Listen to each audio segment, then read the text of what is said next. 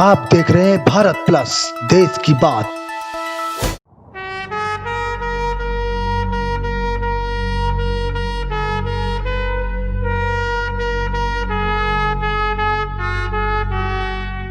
Bharat plus में आपका स्वागत है।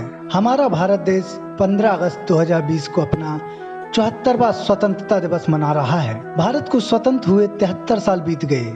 कितने उत्साह के साथ हर साल पूरे देश में आजादी का जश्न मनाया जाता है, पर खुद की आजादी का जश्न कब मना पाएंगे हमारे भारतवासी? आज भी एक बड़ा सवाल हमारे सामने है कि क्या सच में हम आजाद हैं? हमारा देश तो विदेशी हुकूमत से आजाद हो गया, पर हमारे देश के लोगों की सोच अभी तक आजाद नहीं हो सकी है।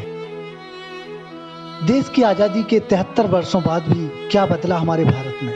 15 अगस्त के बाद हमारे भारत की आन बान और शान वह तिरंगा घर की दीवार की बजाय कचरे के ढेर में पड़े दिखाई देते हैं। आज भी कुछ लोगों को तिरंगे के सम्मान के लिए बताना और समझाना पड़ता है।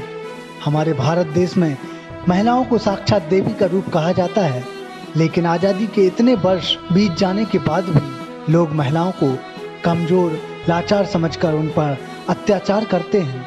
लोग अभी तक महिलाओं का सम्मान करना नहीं सीख पाए हैं।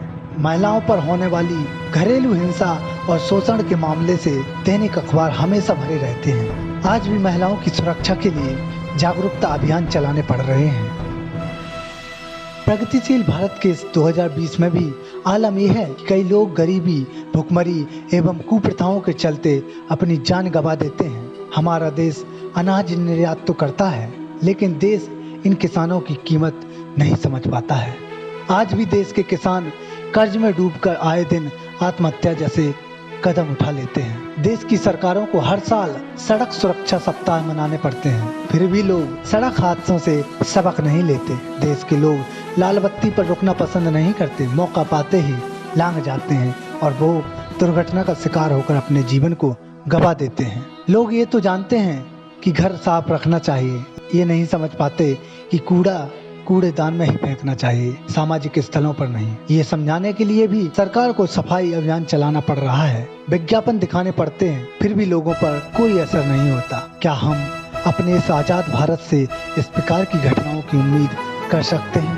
कभी नहीं। इस प्रकार की लिस्ट बहुत लंबी है, जिसे बताते बताते शायद वक्त ही कम पड़ जाए। आज जरूरत इस बात की है कि हम आजादी को सिर्फ एक दिन तक ही सीमित न रखें, बल्कि हर दिन मनाएं और देश के प्रति अपनी जिम्मेदारियों को निभाते हुए मनाएं। तभी हमारी वास्तविक आजादी का मतलब सार्थक होगा। ऐसे ही तमाम जानकारियों के लिए आप हमारे चैनल भारत प्लस को सब्सक्राइब कीजिए। आप देख रहे हैं भारत प्लस, देश की बात।